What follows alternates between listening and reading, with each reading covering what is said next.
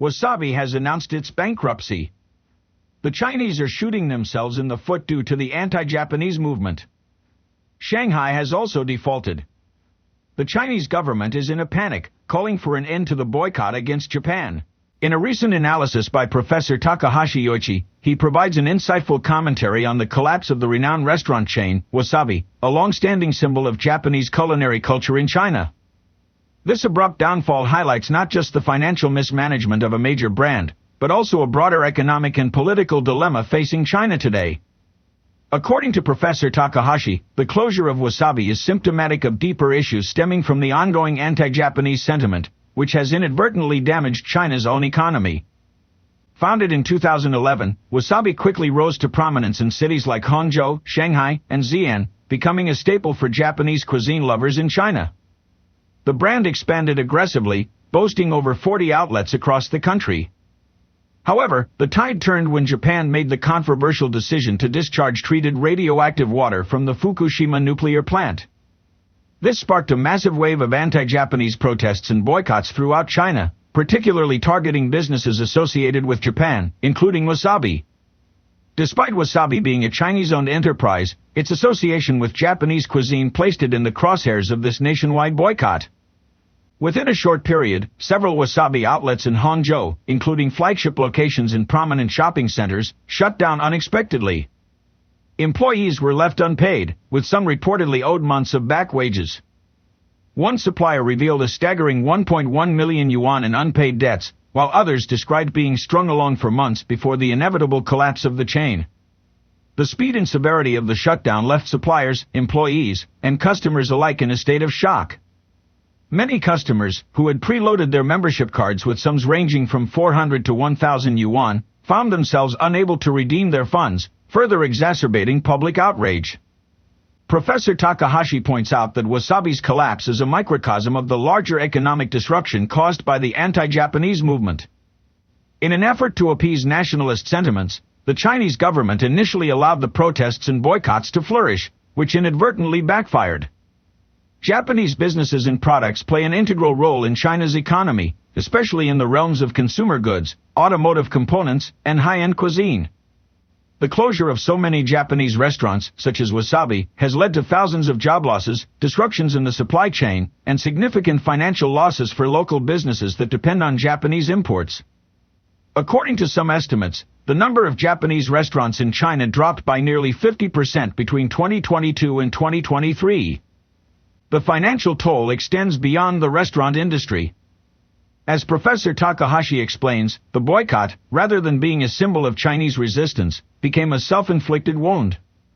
Chinese cities like Shanghai, already burdened by growing public debt and a sluggish real estate market, saw their economies further weakened by the disruption in Japanese trade. The collapse of Wasabi is emblematic of a broader economic strain that is spread throughout the country.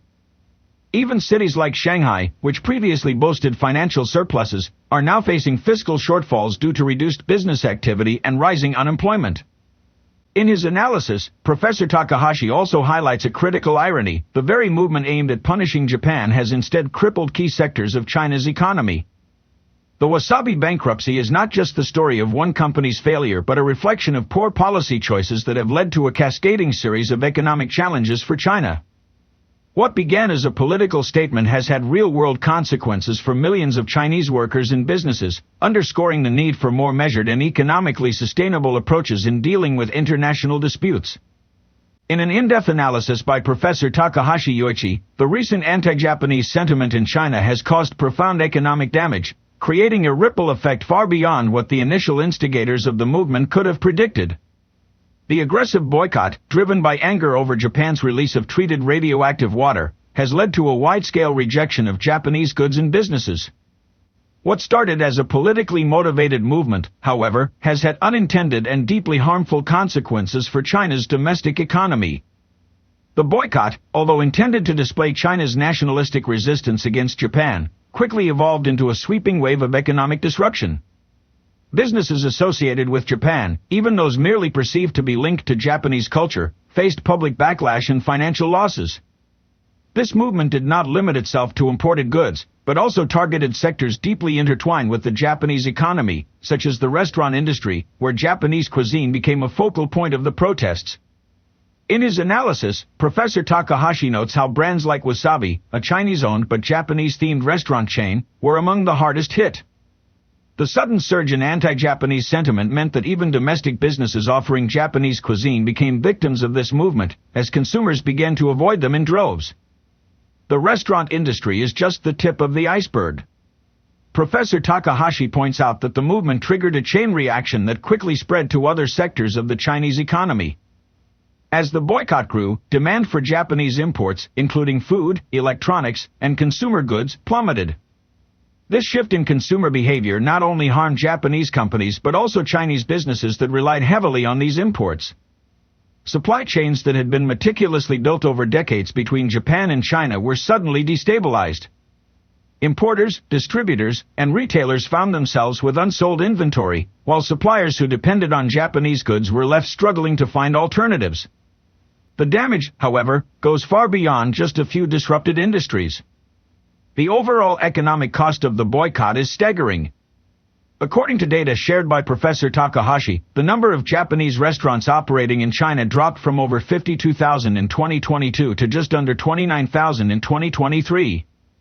This sharp decline led to tens of thousands of job losses across the country, with many employees and suppliers left unpaid.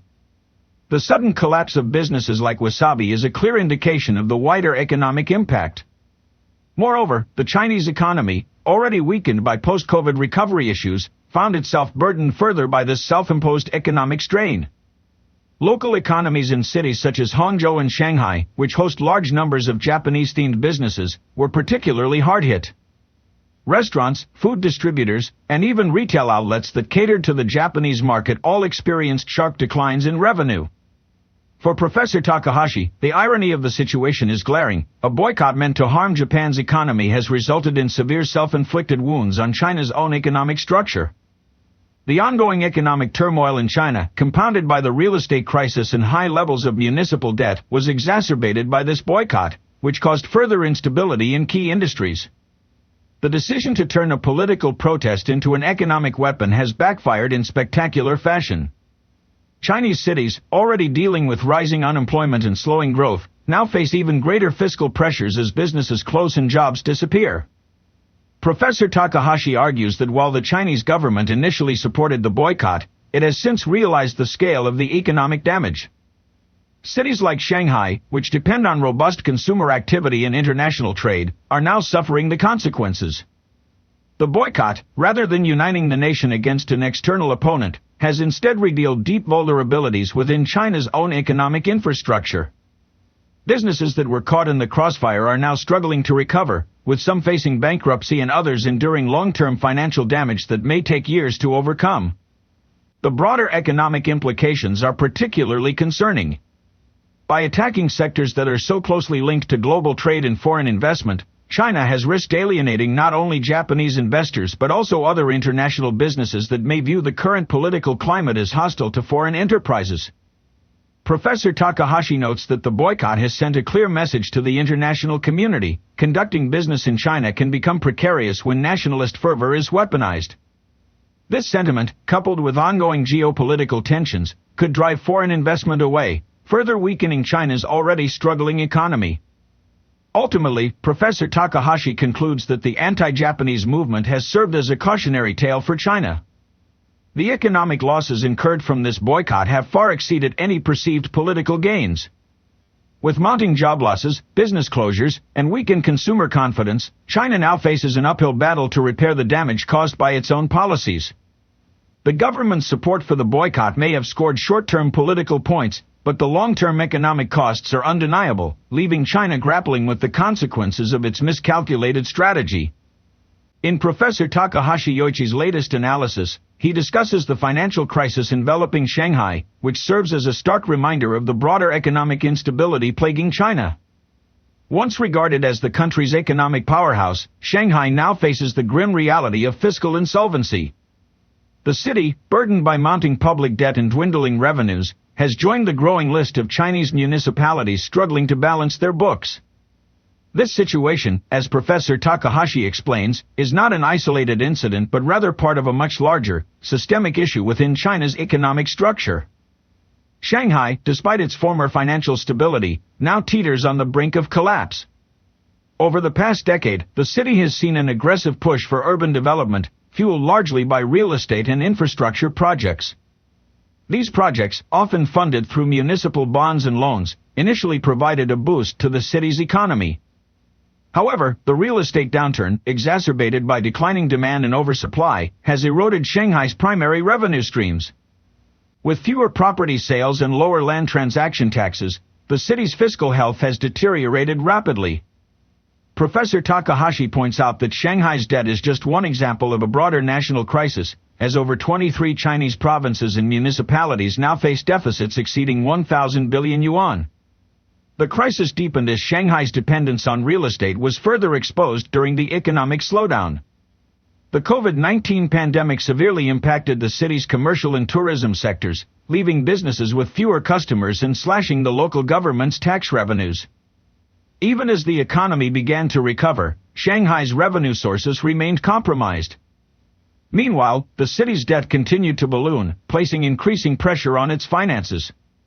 Professor Takahashi describes this as a ticking time bomb that has finally exploded, leaving the once thriving metropolis in financial disarray. The financial woes of Shanghai are not limited to the real estate sector. Professor Takahashi highlights the domino effect of economic struggles extending into the consumer market. Retail businesses, restaurants, and service industries, sectors that once thrived in the bustling metropolis, are now struggling to survive. Shanghai's high-end consumption has taken a massive hit, with consumers spending less and businesses forced to cut costs or close altogether. This has resulted in layoffs across industries, further weakening the local economy. Even in areas like Lujiazui, once the heart of Shanghai's financial district, restaurants and shopping centers have seen foot traffic dwindle, a reflection of the broader economic malaise. Businesses that survived the COVID-19 lockdowns now face a new wave of challenges, as the city's fiscal situation worsens. Professor Takahashi also discusses the broader implications of Shanghai's financial distress on China's national economy. The city's role as a financial hub means that its economic problems are likely to have a ripple effect throughout the country. If Shanghai, with all its resources and advantages, cannot escape the current debt crisis, what hope is there for smaller cities and provinces that lack its economic clout? The professor warns that the Chinese government's attempts to prop up struggling cities with additional debt and bonds may only delay the inevitable. He argues that without a comprehensive plan to address the structural weaknesses in the country's economic model, more cities will likely face the same fate as Shanghai. Moreover, the national government's fiscal policies have done little to alleviate the crisis. Despite promises of financial relief, the measures put forth by the Ministry of Finance have been inadequate to cover the massive deficits piling up across China. The issuance of 4 trillion yuan in debt to assist local governments, for example, barely scratches the surface of the debt crisis in cities like Shanghai, where the fiscal gap runs into the hundreds of billions. Professor Takahashi emphasizes that these token measures, though presented as significant, are akin to putting out a wildfire with a garden hose. Shanghai's insolvency is emblematic of a broader economic strategy that has, in many ways, backfired on China. The country's reliance on real estate as a primary driver of economic growth has now become a liability. With fewer buyers and the ongoing real estate crisis, local governments are running out of options. Even major cities like Shanghai, which were once considered immune to such economic pitfalls, are now struggling to manage their debt. In closing his analysis, Professor Takahashi offers a sobering conclusion: unless the Chinese government enacts real, substantive economic reforms, cities like Shanghai will continue to spiral deeper into debt. The cascading effects of this crisis are already being felt in the form of business closures, rising unemployment, and reduced consumer confidence. Without intervention, this could be the beginning of a much larger financial collapse, one that threatens to engulf the entire nation. According to Professor Takahashi Yoichi, the Chinese government's initial support for the anti-Japanese boycott has led to disastrous economic consequences, prompting a sudden change in its stance. Initially encouraged by nationalist sentiment and growing public anger over Japan's decision to release treated radioactive water from Fukushima, the Chinese government allowed the protests and boycotts to flourish. However, as the economic fallout from these actions became clear, the government found itself in an increasingly precarious position. The initial fervor, which was seen as a way to rally public sentiment, has backfired spectacularly, causing significant harm to China's economy while having a limited impact on Japan itself. Professor Takahashi argues that the Chinese leadership underestimated the scale of the economic disruption that the boycott would cause. Businesses with direct or indirect ties to Japan, from the automotive industry to restaurants and consumer goods, saw their revenues plummet as consumers avoided Japanese products. This was particularly true for the food and hospitality industries, where the mere association with Japanese culture led to a steep decline in customers. Chinese-owned Japanese-themed restaurants like Wasabi were caught in the crossfire, leading to mass closures and a domino effect throughout the supply chain. Suppliers of ingredients like salmon and other imported goods, reliant on Japanese exports, found themselves unable to sell their stock. The boycott, rather than weakening Japan, resulted in a series of economic losses for Chinese businesses, further destabilizing a domestic economy already weakened by the COVID-19 pandemic and ongoing real estate crisis. As the financial toll mounted, the Chinese government began to panic. What started as a symbolic protest against Japan's actions quickly spiraled into a nationwide economic issue. The boycott, which was initially promoted as a patriotic act, began to affect sectors critical to China's economic stability. Shanghai and other major cities, which rely heavily on trade and international business, saw their local economies suffer. Restaurants, retail businesses, and even technology firms faced the brunt of the economic slowdown. The government, realizing the gravity of the situation, was forced to reconsider its approach. In recent months, officials have quietly urged citizens to scale back their anti-Japanese rhetoric, fearing that continued economic harm could exacerbate the country's growing financial instability. Professor Takahashi notes that this shift in government policy reflects a broader concern about China's economic future. The Chinese leadership is acutely aware that prolonged economic downturns can lead to social unrest, particularly when unemployment is rising and consumer confidence is plummeting. The decision to call for a cessation of the boycott is, in many ways, an acknowledgement of the unintended consequences of using nationalism as an economic weapon. While the government still maintains its political stance against Japan's actions, it has become clear that the economic damage inflicted by the boycott is unsustainable. The growing financial strain on local governments, particularly in cities like Shanghai, has made it clear that the country cannot afford to continue this course of action. In response, the Chinese government has attempted to implement a series of economic measures to mitigate the damage.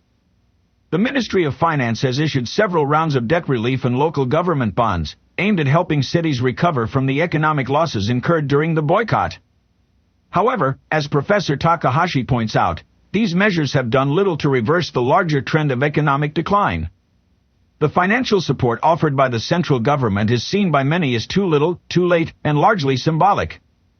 With major sectors of the economy still reeling from the impact of the boycott, it remains to be seen whether these initiatives will be enough to prevent further economic deterioration. At the same time, the government has sought to downplay its initial support for the anti-Japanese movement. Officials have subtly shifted the narrative, emphasizing the need for stability and economic recovery. State media has begun to publish reports highlighting the importance of trade and international cooperation, signaling a shift away from the aggressive nationalism that fueled the boycott.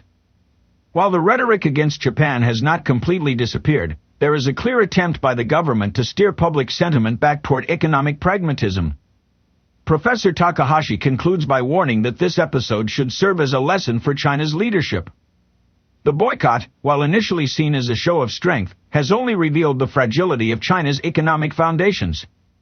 By allowing nationalist fervor to dictate economic policy, the government has inadvertently caused harm to its own businesses and workers. Going forward, it will need to carefully balance its political and economic priorities if it hopes to avoid a repeat of this costly miscalculation.